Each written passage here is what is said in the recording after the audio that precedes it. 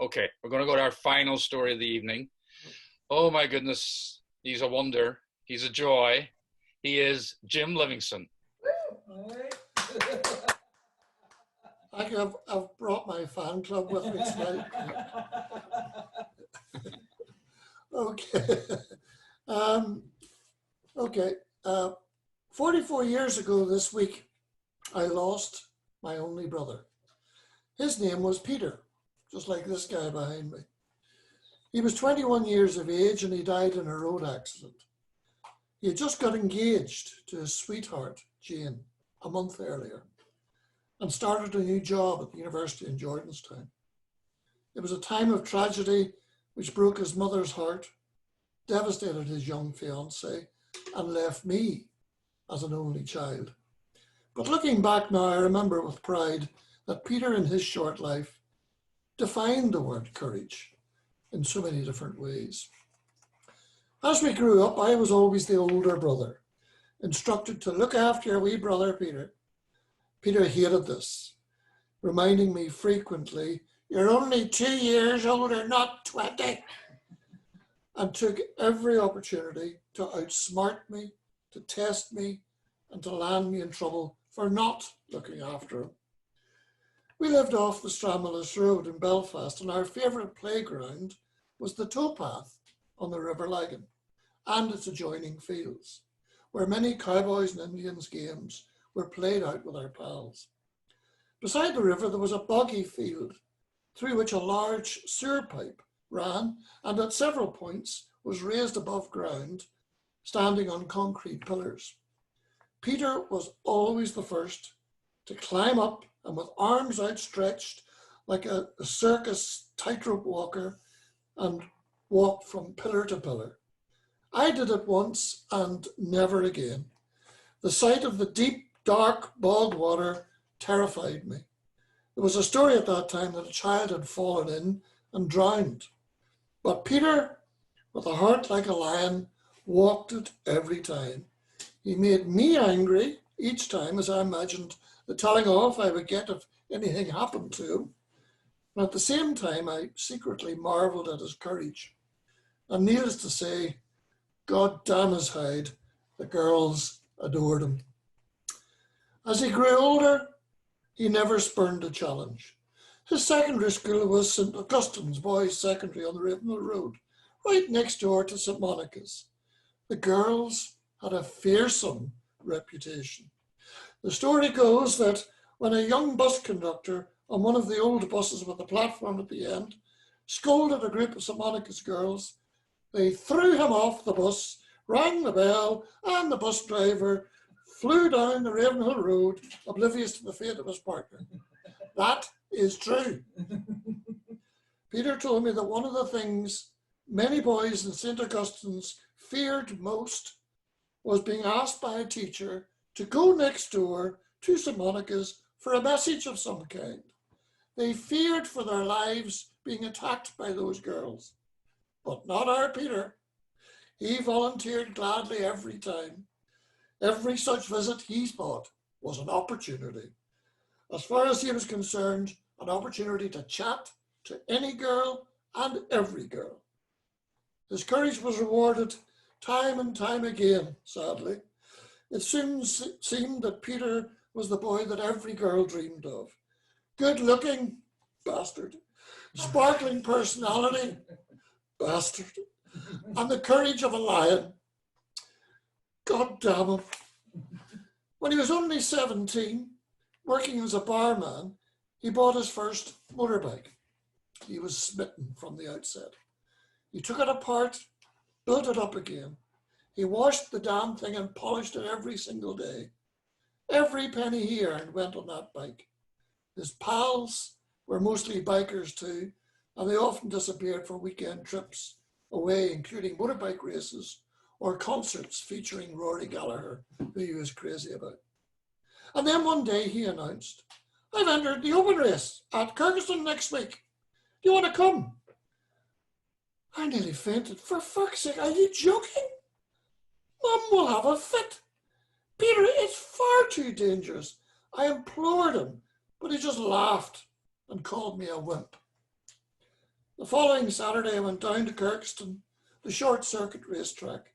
Peter was there with his girlfriend Jane and his mates. They were pretending to be a professional outfit, checking out the bike, a big Suzuki 750, and getting Peter, their star, ready for the race, which was at the end of the meeting. I prayed and prayed he would change his mind, but at the same time I knew he was too committed, too courageous. When the race started, I noticed quickly that his was by far the biggest bike in the race. All the others were 250cc machines. I was later told that a short circuit is designed primarily for the smaller engine bikes. Big bikes like Peter's 750cc were actually too big and cumbersome for the tight corners, and rarely would they beat the smaller bikes. But as the race progressed, a certain pattern emerged. For most of each circuit, Peter was at the rear of the pack, but on the long back straight, he overtook the entire field, who in turn overtook him at the hairpin at the end of the straight. At the finish, he was last across the line. Nonetheless, his support team treated him as their champion, showering him with hugs and kisses and cheers. I was just relieved, but also pleased for him. When he had calmed down and we were having a cold beer, I asked, "Why, Peter? You knew you'd no chance of winning. Why risk such danger? For fuck's sake, why?" He smiled and nodded towards the pits across the track. "Do you see yon boy, the fella with number 3 on his back and the yellow helmet? That's the boy that won the race. His name's Joey Dunlop. He wins everything these days. They say he'll be world champion one day. Well, I overtook him 6 fucking times today. That's good enough for me." Then again, I had to admit, Peter's courage paid off. Needless to say, you might think Peter died on his motorbike. But it turns out it was not the usual motorbike crazy killing himself. It happened on the motorway into Belfast. After working for several years at the Regency Hotel in Belfast, he had just started his new job at Jordanstown, and he was paying a quick visit into town to have lunch with his fiancée, Jane. My mother was in London at the time, and when I got news of his death, it was our worst nightmare. I got her back home and the funeral was 3 days later. Our house was constantly packed with family and friends. The night before the funeral, I answered the door. It was a policeman. He introduced himself as Sergeant McGraw from Traffic Division. I took him into the kitchen.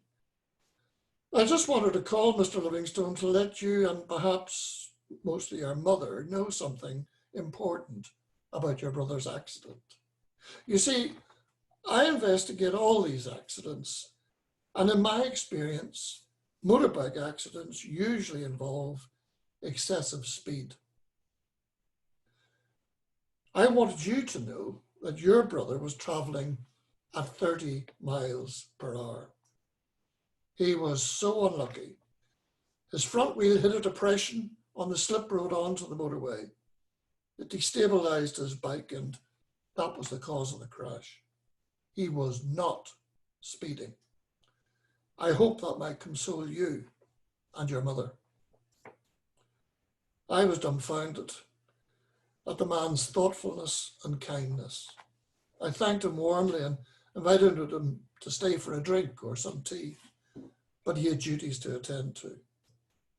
He was a policeman with real compassion. The next day was the funeral. The Requiem Mass was at St. Bridget's Chapel in Dervalgy Avenue. After the service, I escorted my mother and her sister to the waiting funeral car to take her to the graveyard, and then turned to thank the mourners who'd gathered around. And suddenly I saw Sergeant McGraw again.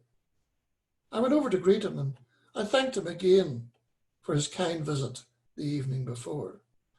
He smiled.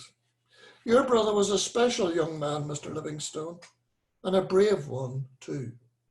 I thanked him and then asked, what, brave? Why do you say brave? Well, he continued, you see that group of men over at the school gate? They're from Donegal Pass, RUC. And the group of men over at the chapel door, that's the IRA from the markets. And the group just up here on the pavement from us, that's Sandy Row and Donegal Pass UDA. Yep, quite a gathering. All here to pay respects to your brother. He could see the look of astonishment on my face. Let me explain, he said. You see, once a week, for the last year or two, your brother organized all-night poker schools for the IRA, UDA, and RUC, each on a different floor of the Regency Hotel. And the best of all is that none of the fuckers knew that the other was there. Hence why probably the hotel was never attacked by anyone. Now I call that courageous. Thank you.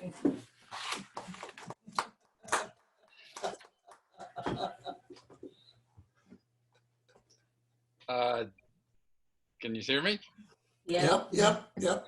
Jim, that was fantastic. What a wonderful tribute to your brother. I have to say, that was a lovely story. Jim, when I emailed it earlier, he said that he wanted to tell his story late in the session because his son, Peter, had an accordion lesson via, I don't know, probably Zoom. And I thought, oh my God, imagine being in lockdown with an accordion player. What could be worse other than a tin whistle player? Luckily, he's quite good. I say, Jim sent me a little video, and if I can share it, I will, of Peter playing, and it's quite brilliant. Well done, Peter. You're going to get me in trouble now. You'll be looking for a fee. You're looking for a performance fee.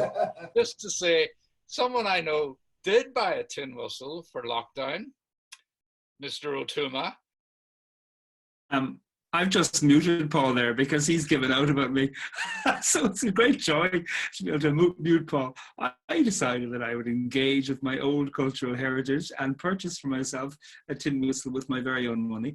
And I've been teaching myself a couple of jigs and reels. And so I'm going to unmute Paul now that he's finished his abuse of me. And that's why we are 100 miles apart. Anyway, I'm going to say, Potter's going to close out the evening, but I'm just going to say a massive thank you, please. Thank you to everybody who turned up. It's been an absolute joy to see so many familiar faces we haven't seen in a long time, and some totally new people. It's just fantastic. Thank you so much for coming along. But as always, the biggest thanks has to go to Sue Diven, as in Dungiven, Pádraig, Nuala McManaman, and by the way, Nuala, your cat made an appearance at one point during this evening. Paul Hutchinson, who has the best lockdown haircut I have seen yet. Hairstyle, maybe. I've got the haircut, you've got the hairstyle. Helen McClements and her lovely blouse. Donna Hunter and that amazing story, and Jim Livingstone, who saw us off with just a wonderful tribute to his brother. Thank you all so much. It's been an absolute joy, and we are going to do this again. And follow us on Twitter, Facebook, or check out the website for the events page. We will let you know in plenty of time, but we are definitely going to do this again because we may be in this for quite a while. So thank you. Thank you so much. Pádraig?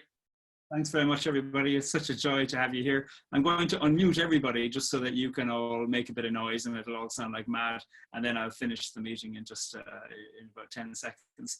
But thank you very much. Thanks to all of you. And we look forward to seeing you again. And don't forget to send some audio stories through to Paul as well for the podcast.